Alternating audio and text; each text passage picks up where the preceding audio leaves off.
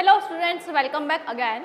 तो हम जो पढ़ रहे थे मोल कॉन्सेप्ट में हम धीरे धीरे अपने कॉन्सेप्ट्स कंप्लीट कर रहे हैं। तो आज हम एक बहुत बहुत बहुत इंपॉर्टेंट कॉन्सेप्ट पढ़ने जा रहे हैं जिसका नाम है स्टैचोमेट्री कॉन्सेप्ट। अगर ये जो कॉन्सेप्ट है, अगर आपको ये मोल कॉन्सेप्ट में काम नहीं आएगा तो किसी और चैप्टर में काम आएगा। मतलब हम ये बोलते हैं कि जो ये मोल कॉन्सेप्ट का पहली बात तो हमारा जो चैप्टर है वो क्या है, एक बेसिक्स है। बेसिक्स से मतलब जब आगे हम कुछ चैप्टर्स पढ़ते हैं केमिस्ट्री के, उसमें ये काम आता ही है। ठीक है, तो जो स्टैचोमेट्री का कॉन्सेप्ट है ये बहुत ही इंपॉर्टेंट है, ये आपको बहुत बहुत काम आएगा, है ना। पूरे चैप्टर में कुछ ना कुछ जिस्ट होता है जो बहुत ही इंपॉर्टेंट होता है हमेशा हर चैप्टर का। तो स्टैचोमेट्री बहुत इंपॉर्टेंट है, तो हम उसी को डिस्कस करने वाले हैं आज। हम ज़्यादा नहीं सिर्फ स्टैचोमेट्री पढ़ेंगे, उसके कुछ क्वेश्चंस करेंगे और उसको एक्चुअली कंसेप्ट क्लियर करेंगे उसका कि एक्चुअली स्टैचोमेट्री हम सॉल्व कैसे करते हैं, क्योंकि इसमें थोड़ी बहुत कैलकुलेशंस है जिसमें दिक्कत आती है ना। तो हम बहुत इजी वे में बहुत इजीली सब कुछ सॉल्व करेंगे। ठीक है, तो चलिए हम स्टार्ट करते हैं आज स्टैचोमेट्री। तो स्टैचोमेट्री एक्चुअली है क्या? तो स्टैचोमेट्री कॉन्सेप्ट इज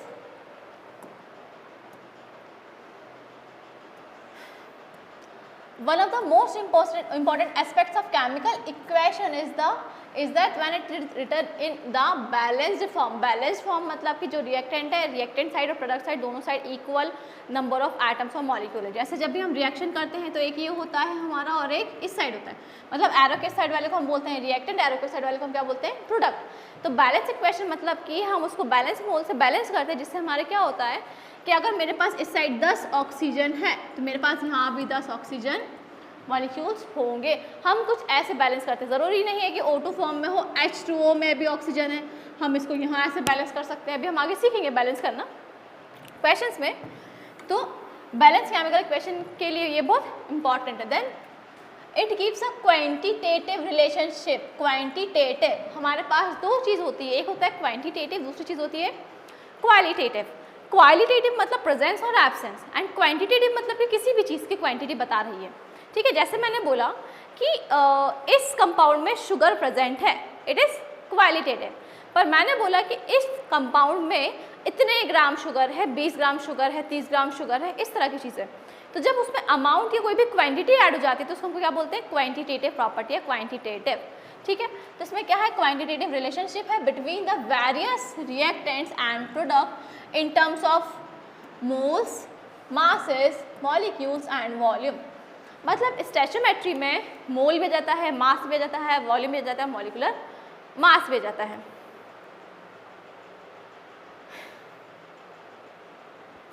स्टैचोमेट्री में जो भी इक्वेशंस हमारी बैलेंस केमिकल इक्वेशन, उसमें जितने भी अलग अलग सब्सटेंसेज है, रिएक्टेंट में अलग सब्सटेंसेज है, प्रोडक्ट में अलग, उन दोनों के बीच का जो रिलेशनशिप रहेगा वो आ जाता है क्वांटिटेटिव रिलेशनशिप। और उस क्वांटिटी में आता क्या क्या है, क्वांटिटी में आता क्या क्या है आपका, मास आता है, वॉल्यूम आता है, मोल आता है ना, मॉलिकुलर मास नहीं, मास, वॉल्यूम, मोल, मेनली ये तीन चीज़ आती है रिलेशनशिप में। ठीक है, हम क्या करते हैं, हम किसी एक के अमाउंट से हम सबके अमाउंट निकाल सकते हैं। तो हम इसको ट्राई करते हैं एक क्वेश्चन के साथ। ठीक है, चलिए हम चलते हैं आगे।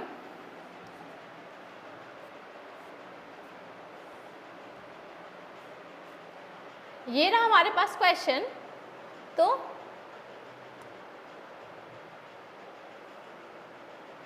इस क्वेश्चन को हमें देखना है। सबसे पहले जब भी हमारे पास ऐसा क्वेश्चन आएगा, फर्स्ट स्टेप क्या है, बैलेंस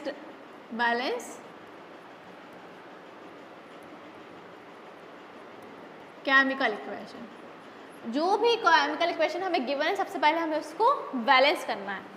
सेकंड नंबर पे जिस भी सब्सटेंस का अमाउंट हमें कुछ भी दिया है, हम सबसे पहले मोल फाइंड करना है।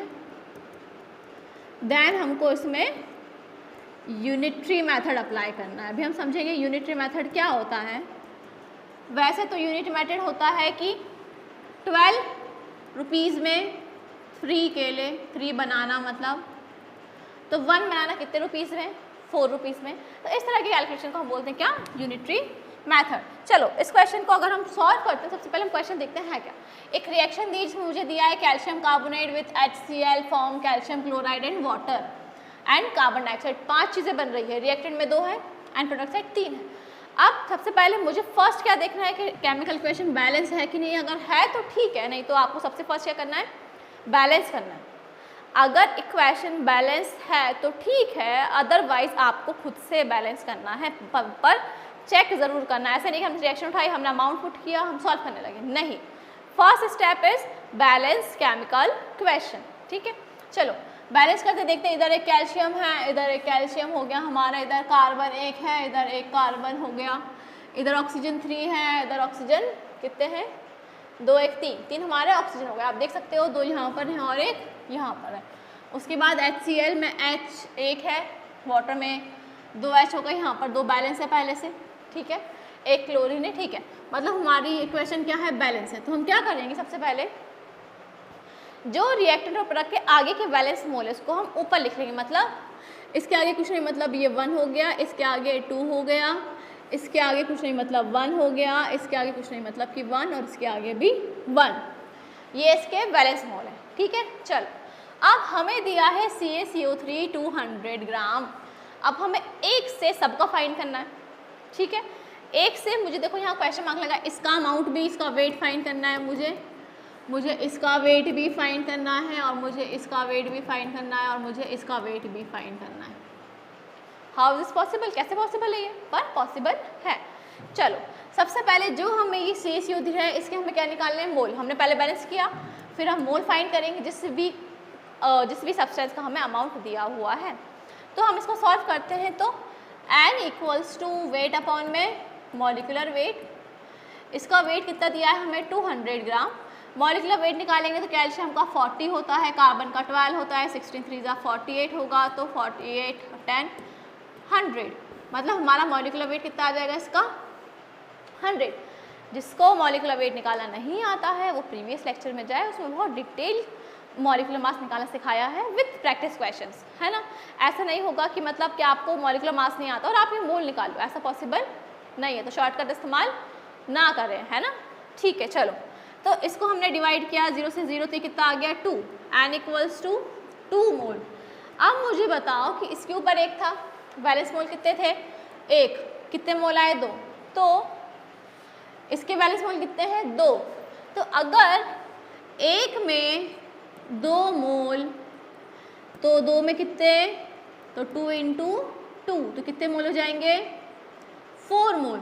तो यहाँ पर मेरा आ गया N इक्वल्स टू 4, यहाँ पर एक ही है तो N इक्वल्स टू 2,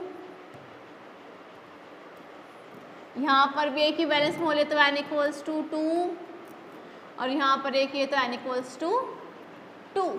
अब मुझे निकालना क्या है, मुझे निकालना एक्चुअली में वेट। तो हम क्या करेंगे, हम यहाँ पर पुट करेंगे N equals to weight upon molecular wait.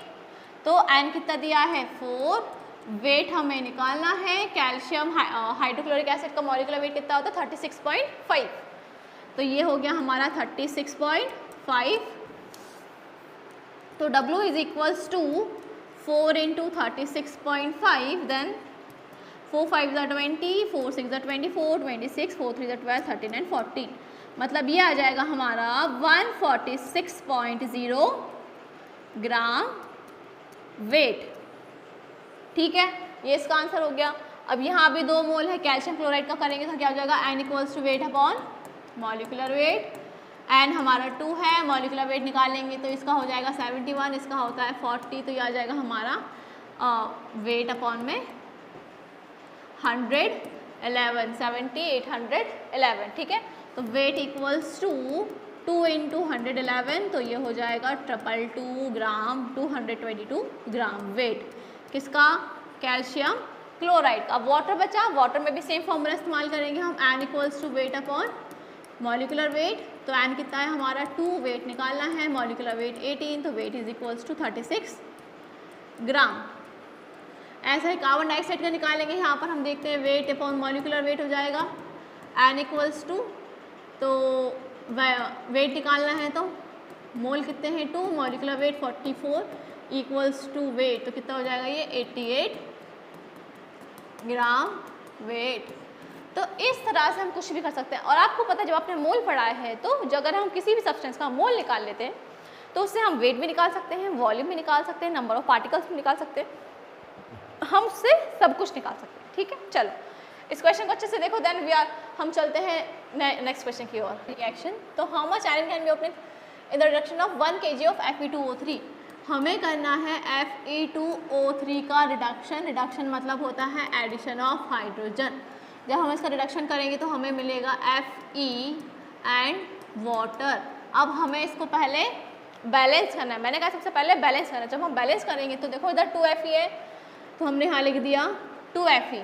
O कितने हैं हमारे पास, यहाँ पर 3 और वहाँ पर 1, तो हमने क्या कर दिया इसमें 3, तो 3O हो गए, 2F हो गया, बचा हमारा हाइड्रोजन। उधर 6 हाइड्रोजन है और यहाँ पर 2, तो हम क्या कर देंगे 3 2 6। अब हमारा बैलेंस है।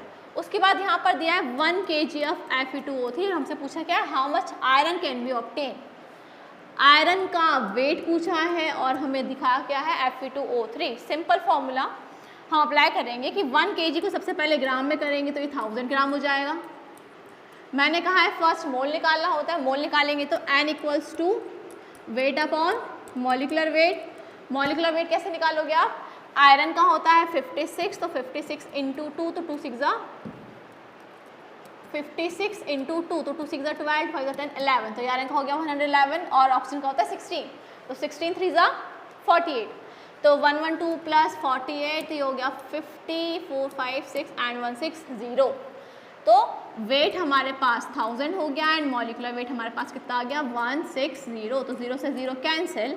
हमारे पास बता 100/16, तो 65 80, 16 6 96, ठीक है, एंड 16 2 32, तो 6.25 के अप्रॉक्स आएगा ये, है ना। ये हो गया मेरा 6.2। तो अब बताओ आप कि यहाँ पर आगे का नंबर 1, यहाँ पर आगे का नंबर 3, यहाँ पे आगे का नंबर 2, यहाँ पर आगे का नंबर 3, हमें बाकी सबसे नहीं, हमें आयरन से मतलब है। तो एक मोल में 6.2, एक Fe में 6.2 मोल, तो इधर 2 Fe में कितने होंगे, तो 1 में 6.2 है, तो 2 में कितने हो जाएंगे 6.2 इंटू 2, तो 2 2 4, 2 6 12, तो Fe के मोल कितने आ गए, पहली बात तो 12.4, और हमें निकालना क्या था एक्चुअली में वेट। तो फॉर्मूला क्या है हमारा, इसको हम हटा देते हैं। फॉर्मूला है हमारा N equals to weight upon molecular weight. तो N कितना है हमारा 12.4, वेट हमें निकालना है एंड मॉलिकुलर वेट इज 56, ठीक है। तो weight is equals to 56 into 12.4, multiply करेंगे तो क्या हो जाएगा हमारा 4 6 24, 4 5 20, 22, 2 6 12, 2 2 4 5 एंड 56। तो ये मेरा हो गया 4 4 5 और 6 11, 11 और 2 13, 634.4 के अप्रॉक्स, ठीक है। तो ये हमारा कुछ आ जाएगा 634.4 के अप्रॉक्स आंसर। आप एग्जैक्टली आप सॉल्व कर लेना, पर मेथड एग्जैक्टली यही रहेगा सेम, ठीक है। अगर कुछ कैलकुलेशन आगे पीछे होती तो आप देख लेना, बिकॉज हमने अप्रॉक्स वैल्यू लिया है यहाँ पर 6.2, हो सकता है 6.3 6.4 हो, अप्रॉक्स लिया हमने। तो इस तरह से हम बाकी के सारे क्वेश्चंस सॉल्व करें। चलिए नेक्स्ट क्वेश्चन इज,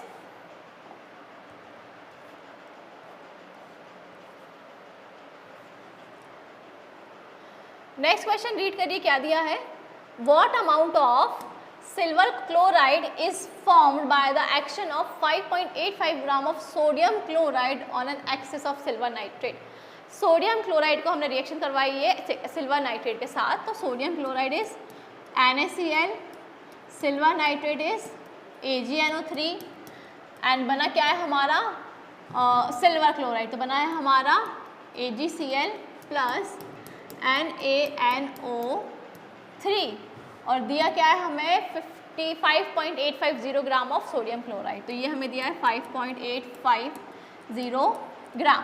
तो फर्स्ट स्टेप क्या है, सबसे पहले हमको बैलेंस करना है। तो बैलेंस करने के लिए क्या करेंगे, देखो इधर एक Na, एक Na, एक Cl, एक Cl, एक Ag, एक Ag, NO3 1, हमें अब कुछ बैलेंस करना है, सबके 1 1 मोल है, हम किसी एक का भी निकालेंगे तो हमारा काम बन जाएगा, ठीक है। चलो तो फॉर्मूला क्या है, सबसे पहले हम मोल निकालते हैं, तो वेट हमें कितना दिया है 5.85 ग्राम, मॉलिक्यूलर वेट NaCl का होता है 58.5, तो 58.5 पॉइंट हटा के 2 0 पॉइंट हटा के 1 0 कैंसिल हो गया, 0 से 0 कैंसिल हो गया, आंसर आया n इक्वल्स टू 1/10 मतलब कि 0.1।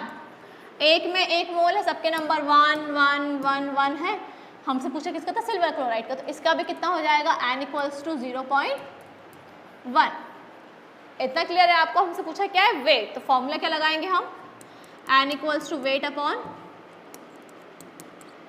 मॉलिक्यूलर वेट, ठीक है। तो 0.1 एंड मॉलिक्यूलर वेट AgCl।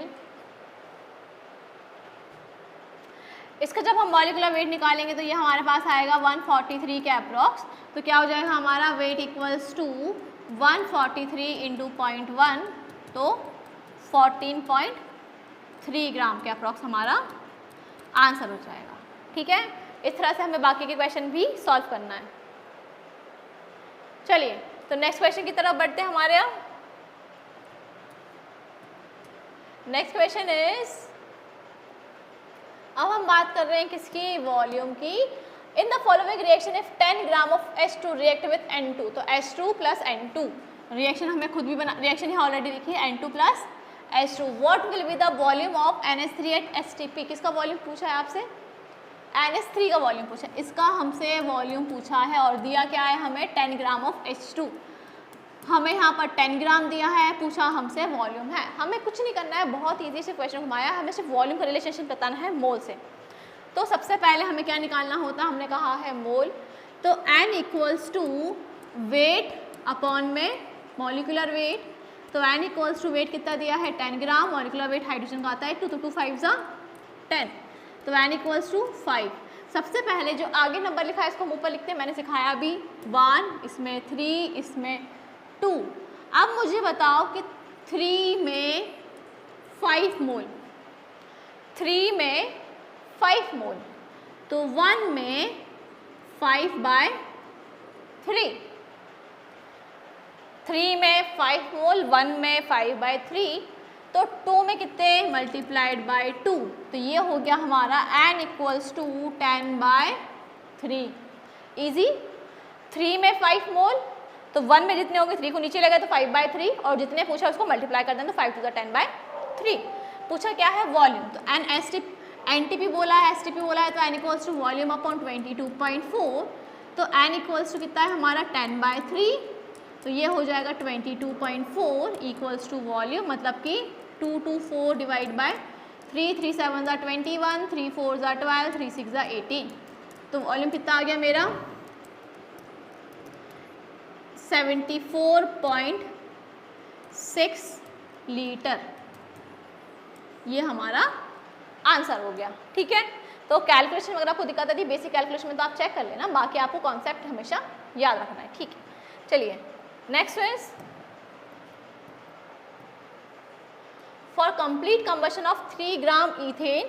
अब जैसे हम रिडक्शन की बात कर रहे थे, रिडक्शन में आपको पता था कि हाइड्रोजन ऐड करना है, ऐसे कंबशन में हमेशा याद रखना कि हमें ऑक्सीजन को ऐड करना है और कार्बन डाइऑक्साइड में वाटर हमेशा रिलीज होगा। तो हम क्या करेंगे, यहाँ पर पहले हम रिएक्शन लिखते हैं। ऑक्टेन, ईथेन बोला है, ईथेन मतलब कि C2H8 का कंबशन कर रहे हैं, तो यहाँ मिलेगा हमें ऑक्सीजन और रिलीज क्या होगा, मैंने कहा कार्बन डाइऑक्साइड एंड वाटर। जब भी कंबशन बोलेगा किसी का भी तो हमें ये स्टेप को कर देना है, ठीक है। चल सबसे पहले फर्स्ट स्टेप क्या बोलो, बैलेंस। तो बैलेंस करेंगे तो देखो यहाँ पर 2 कार्बन है, तो यहाँ पर 2 कार्बन हो गए। हाइड्रोजन कितने हैं यहाँ पर 8, तो कितने हाइड्रोजन चाहिए हमें यहाँ पर 8, तो 4 2 ज़ा 8। ऑक्सीजन कितने हो गए यहाँ पर देखो 2 2 ज़ा 4, 4 और 4 8 ऑक्सीजन हो गए, और यहाँ पर कितने हैं 2, तो इसको हम बैलेंस कर देंगे तो क्या हो जाएगा 4 2 ज़ा 8। Now it is balance. Check करो एक बार बैलेंस है कि नहीं है, तो बैलेंस है। अब गिवन क्या है हमें 3 ग्राम ऑफ ईथेन, ये हमें गिवन है और हमसे पूछा क्या है volume of O2, required volume of O2 and production of volume ethane, the required volume of O2 and the produce volume of CO2। इसका वॉल्यूम पूछा है और हमसे इसका वॉल्यूम पूछा है। डरने की कोई बात नहीं है, हमेशा कुछ नहीं करना। इसके आगे कुछ नहीं, मतलब 1 ऊपर लिख दिया, इसके आगे कितना 4, इसके आगे 2, इसके आगे 4। सबसे पहले फर्स्ट स्टेप क्या है, मोल निकालना है। तो n equals to weight upon molecular weight निकालेंगे तो कितना दिया है 3 ग्राम। मॉलिक्यूलर वेट कितना हो जाएगा 12 टू 24 एंड 8 हाइड्रोजन का होता था 8 4 12 2 1 3 32 ठीक है। तो 3 ग्राम 12 टू 24 प्लस 8 32 ओके। तो इसको अगर हम डिवाइड करना चाहें तो ये हमारा क्या हो जाएगा 32 डिवाइड बाय 30 पॉइंट लगा के 0.0 सही है क्या ये? वेट 3 ग्राम में दिया है 3 gram of ethane and 32 12 two 24 32 ठीक है। डिवाइड करते तो क्या आएगा हमारा ये लगभग हमारा 0.0 एंड 0 लगा के एक और 0 तो 3 3 ज़ा 9 समथिंग 9 2 ज़ा 18 और 9 3 27 28 288 मतलब 0.09 तो ये हमारा क्या हो गया n इक्वल्स टू 0.09 तो एक में 0.09 4 में मल्टीप्लाइड बाय 4 एक में 0.09 तो 4 में 0.09 मल्टीप्लाइड बाय 4 तो 4 9 36 तो यहाँ के मोल आ गए ये ठीक है।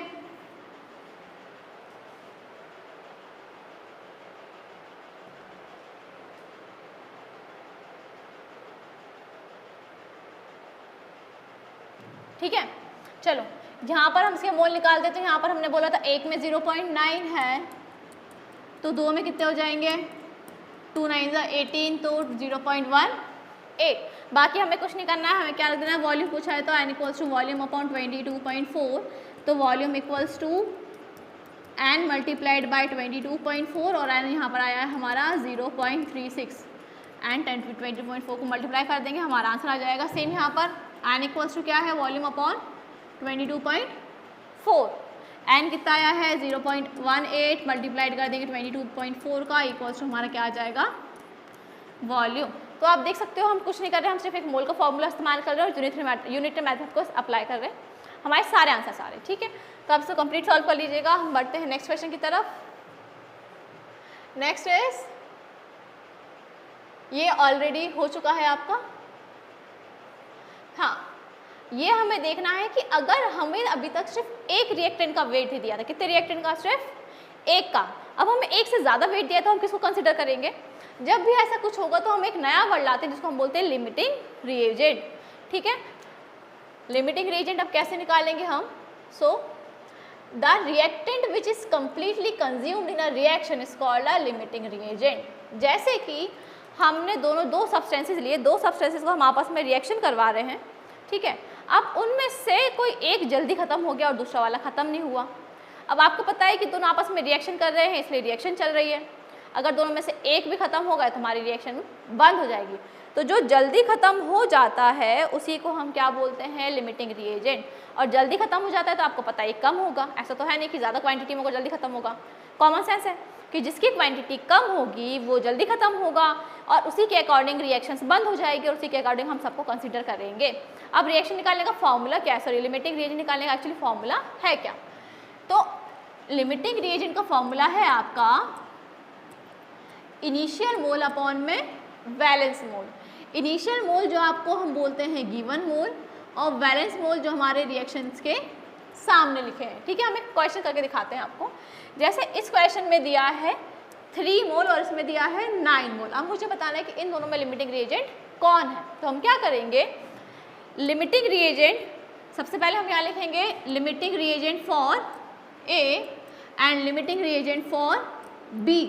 तो इनिशियल मोल मतलब जो आगे नंबर लिखा है तो इसका देखो इनिशियल मोल कितने हो गए हमारा इसका इनिशियल मोल देखो कुछ नहीं मतलब 1 तो हमने ए के लिए लिख दिया 1। वैलेंस मोल देखो सॉरी इनिशियल मोल गिवन है तो इसके मोल देखो कितने गिवन है हमारे पास 3 तो हमने कितने रख दिए यहाँ पर 3 अपॉन में वैलेंस मोल है तो वैलेंस मोल देखो यहाँ आगे कुछ नहीं मतलब कितना नंबर हो गया 1 तो 3/1 इज इक्वल्स टू 3।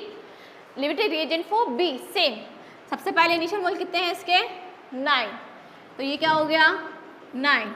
वैलेंस मोल कितने हैं उसके आगे का नंबर कितना है देखो यहाँ पर 2 तो 9 अपॉन में 2 डिवाइड करेंगे कितना आएगा 4.5।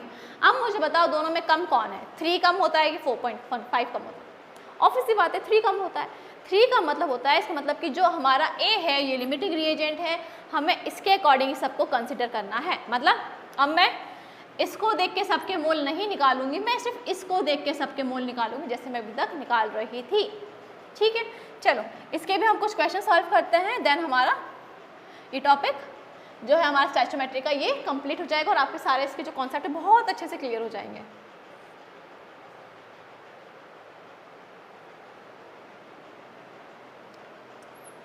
At NTP in a container 100 ml N2, सबसे पहले हम क्या लिख लेंगे, यहाँ पर N2 है और ये कितना है हमारा 100 ml and 100 ml of H2, H2 है कितना ml 100 ml are mix together, then find out the produce volume of NH3।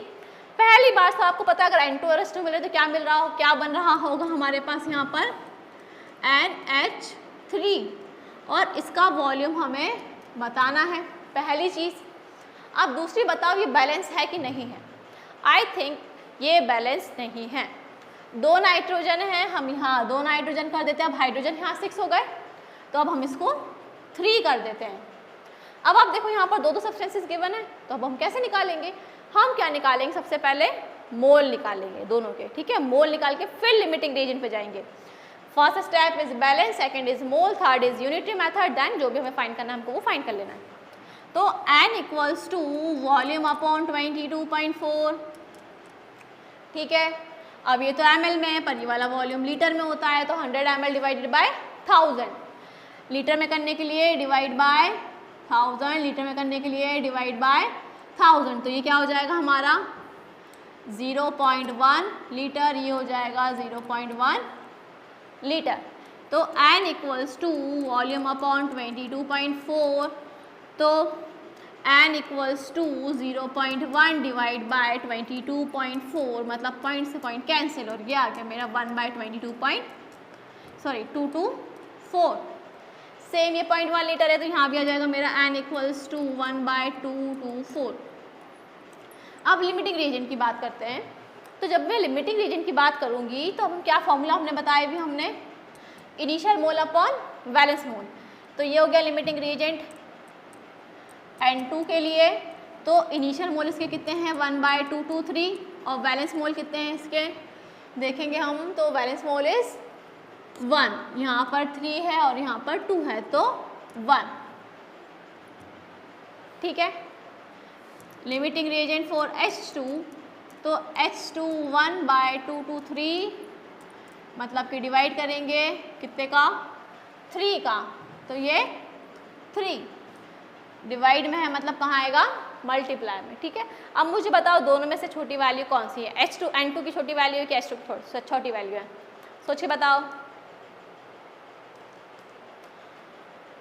ये नीचे ज़्यादा बड़ी वैल्यू है 1 से मतलब इसका आंसर छोटा आएगा, मतलब कि हाइड्रोजन क्या हो गया लिमिटिंग रिएजेंट। अब हाइड्रोजन लिमिटिंग रिएजेंट है, इसके अकॉर्डिंग हम सब सॉल्व करेंगे।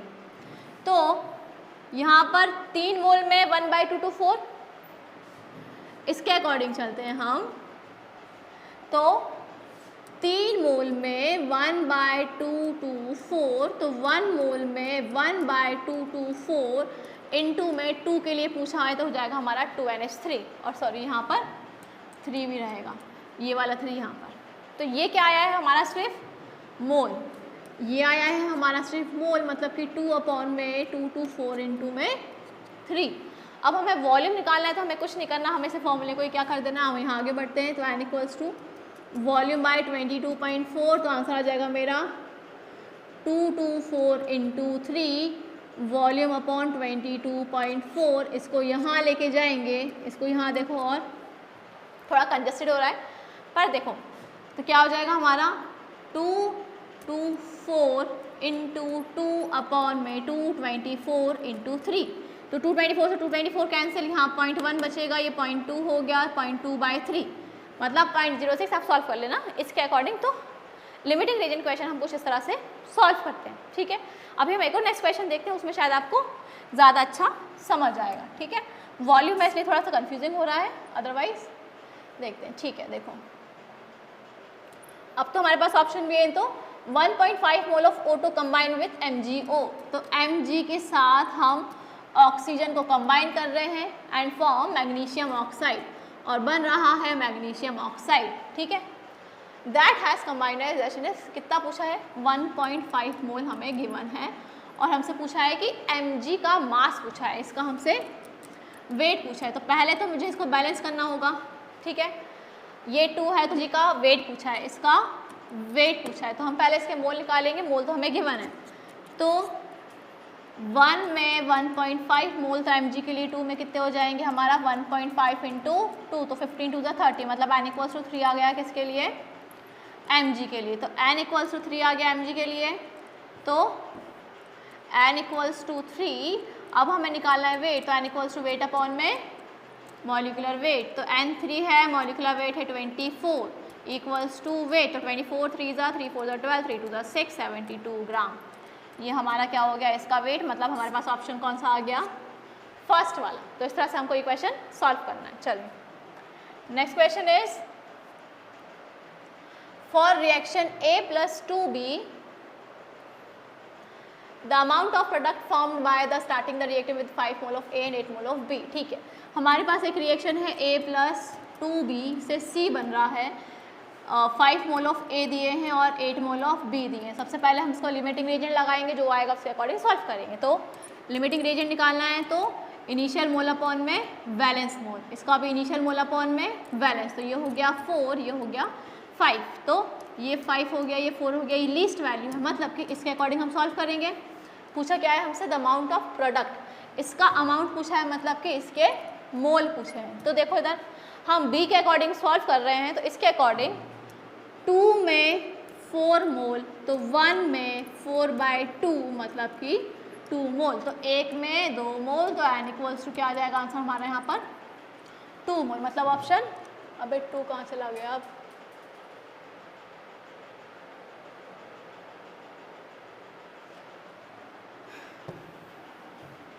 ठीक है। इसके अकॉर्डिंग 2 में 8 मोल, ठीक है, 2 में 8 मोल, तो 1 में क्या हो जाएगा 8/2, 8/2 मतलब कि 4, मतलब 1 में 4 मोल, तो C के क्या आ जाएंगे n इक्वल्स टू 4 मोल, ठीक है। और ऑप्शन हमारे पास है 4 मोल, हाँ है, तो ये हमारा कंप्लीट हो जाएगा, ठीक है। चलिए next question, the amount of water produced by the combustion of 260 to 86 gram of propane. Propane की बात कर रहे हैं, तो आपको पहले पता होना चाहिए कि प्रोपेन क्या है। तो प्रोपेन के कंबशन के लिए हम क्या करेंगे, C3H8 H10 C3H8,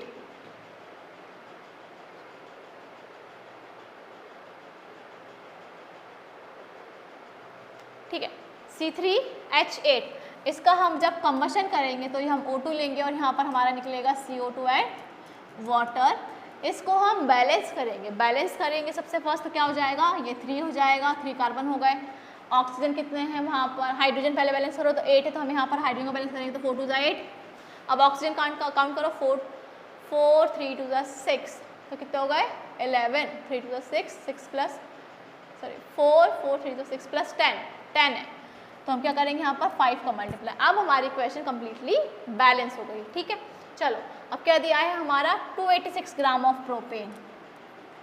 अब हम इसको डिवाइड करते हैं, सबसे पहले हम फर्स्ट मोल निकालेंगे, तो n equals to weight upon में मॉलिकुलर वेट, तो मॉलिकुलर वेट आएगा इसका 12 3 ज़ा 24 12 3 ज़ा 36 36 प्लस 8, तो 44 आएगा।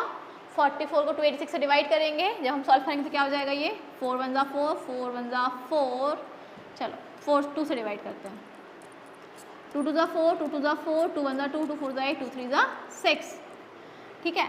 अब हमारा टेबल बन गया 22 143, तो 22 डिवाइड बाय 143, तो 2 6 ज़ा 12 2 7 ज़ा 14, तो 2 6 ज़ा 12 6 2 ज़ा 12 6 2 ज़ा 12 मतलब 13, 3 में से 2 1 4 में से 3 1 0 का 0, देन पॉइंट लगा के 0, तो 22 2 5 ज़ा 10, तो 5 2 ज़ा 10 5 2 ज़ा 10 11 मतलब कि 5, तो हमारा फाइनल आंसर क्या आ जाएगा यहाँ पर 6.5। तो अब देखो एक में 6.5 मोल है, हमसे पूछा किसका अमाउंट ऑफ वाटर का, तो 4 में कितने हो जाएंगे 6.5 इंटू 4, तो 4 5 ज़ा 20, 4 6 ज़ा 24, मतलब 26 mole. n equals to 26 mole. अब वेट पूछा है तो n equals to weight upon molecular weight, तो जब हमें वेट निकालना है तो n आ जाएगा हमारा 26, मॉलिक्यूलर वेट आ जाएगा वाटर का 18, तो मल्टीप्लाई करेंगे तो 18 5 ज़ा 90 और 18 6 ज़ा 108, तो 108, 18 2 ज़ा 36, 36 प्लस 4 468 ग्राम, तो ये हमारा आंसर आ जाएगा। ठीक है, चलो नेक्स्ट इज, तो आज के लिए इतना काफ़ी है। अभी हमें कुछ नहीं करना, हमें बहुत सारे स्टैचियोमेट्रिक क्वेश्चन को प्रैक्टिस करना है जिससे हमारे जो कॉन्सेप्ट है बहुत क्लियर हो सके और हम बहुत फास्ट रुक सकें, क्योंकि टाइम लगता है, कैलकुलेशन ज़्यादा है, कन्फ्यूजन भी होता है, पर हमें इसको अच्छे से सॉल्व करना है जिससे हमारा क्या हो जाए, आंसर बिल्कुल ही एग्जैक्ट आ जाए। ठीक है, तो चलिए मिलते हैं नेक्स्ट लेक्चर में। Thank you so much.